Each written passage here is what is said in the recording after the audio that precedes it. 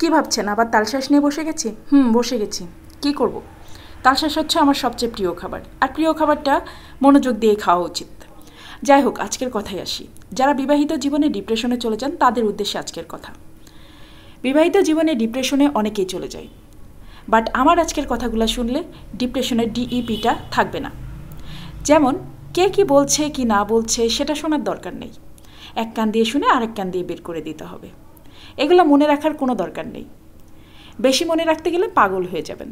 তাই কোনো কিছুই শুনবেন না, কে কি বললো কি না বললো ওগুলো গায়ে মাখার কোনো দরকার নেই, তাহলে দেখবেন ডিপ্রেশনটা আসবে না।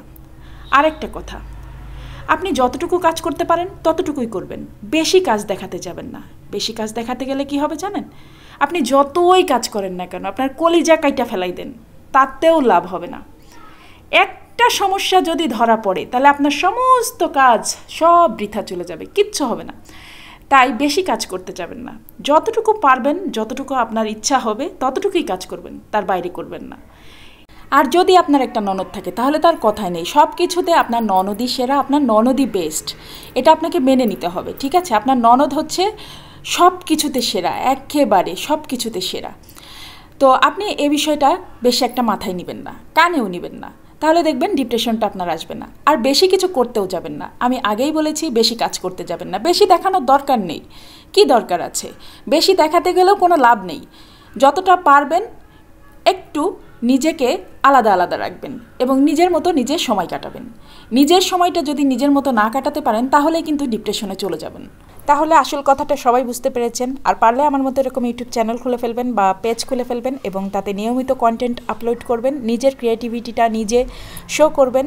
এতে করে দেখা যাবে যে আপনার চ্যানেলটা এবং পেজটা একটা সময় আপনার একটা বড় অ্যাসেট হয়ে যাবে। কে আপনাকে কি বললো কি না বললো এগুলো শোনার দরকার কি? একদম শুনবেন না, একদম শুনবেন না।